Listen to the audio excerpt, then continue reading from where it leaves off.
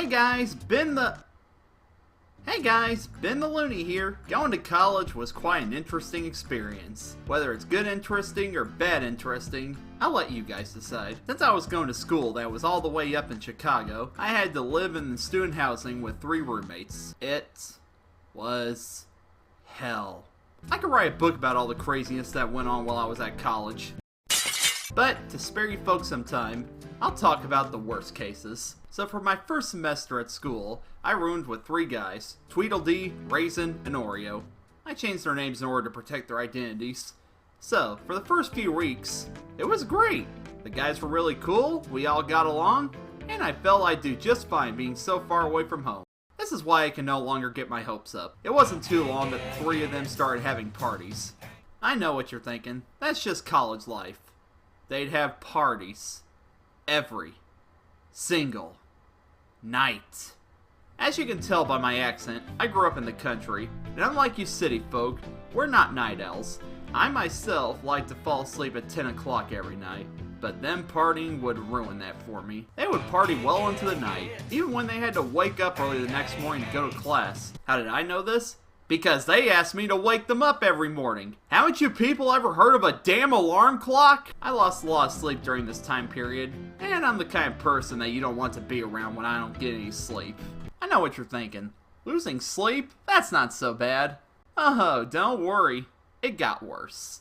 So, Raisin, Tweedledee, and Oreo all moved out. So the housing director made me pack up my stuff and move to another apartment. It's then I met 3 new roommates, Coda, Bernie, and Anger McPissed-a-lot. Coda and Bernie would be my roommates for the rest of my stay at college, and they were actually pretty cool guys. Anger was on his last quarter when I moved in, so I was only going to have to deal with him for 11 weeks. Longest 11 weeks of my life. This guy was all kinds of messed up in the head. First of all, he was 40 years old. What the hell was a 40-year-old doing going to an art college rooming with 3 young adults? Second, he was the biggest health nut and germaphobe I ever met. He would constantly scold me for the unhealthy food that I ate. So, one night, Anger McPissed-a-lot comes home from work. Being friendly, I said hey, and then he shouts, "Don't talk to me!" Something told me he wasn't in a good mood. Well, I shared a room with him and I wanted to get in to get something while he was in there.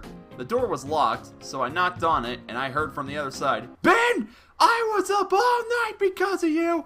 Get out of my apartment! Get the out of my apartment!" I'm gonna be honest, I had no idea what he was talking about. Like I said, I fall asleep at 10 o'clock every night, so how did I keep him up? Wanting to avoid confrontation, I called the residential assistant to come and talk it over with him. After I got done with McPissed-a-lot, all he told me was, "Please try not to kill each other." Well, some help you were.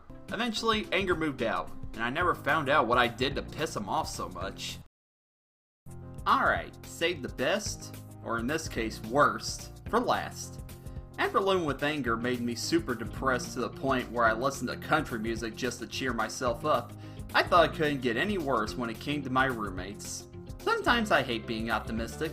A new guy named Jackass moved in. Believe me, I would name him something worse, but I gotta keep a family-friendly image here. He was the worst. Any chance he got, he'd criticize you for the little mistakes that you made and brag about how much better he thought he was than you.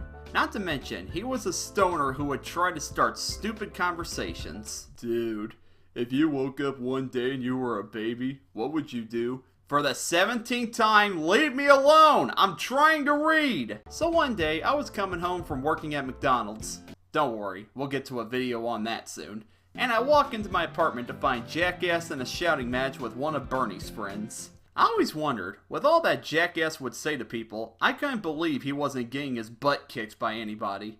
Well, wish granted. Bernie's friend got really violent with Jackass, shoving him all around the living room and even putting a knife up to his throat. Honestly, I thought I was about to witness a murder. He probably would have died that night if I wasn't there to tell him to say sorry to Bernie's friend. After that, I had to put up with him for another year.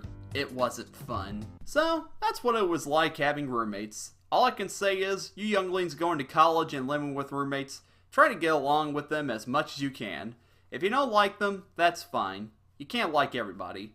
At least make some friends at school who you can hang out with and make your stay much better. And I have plenty of stories about Jackass, so if you guys want to hear more, Let me know, give this video a like, and I'll be happy to tell you. Until the next video, see ya!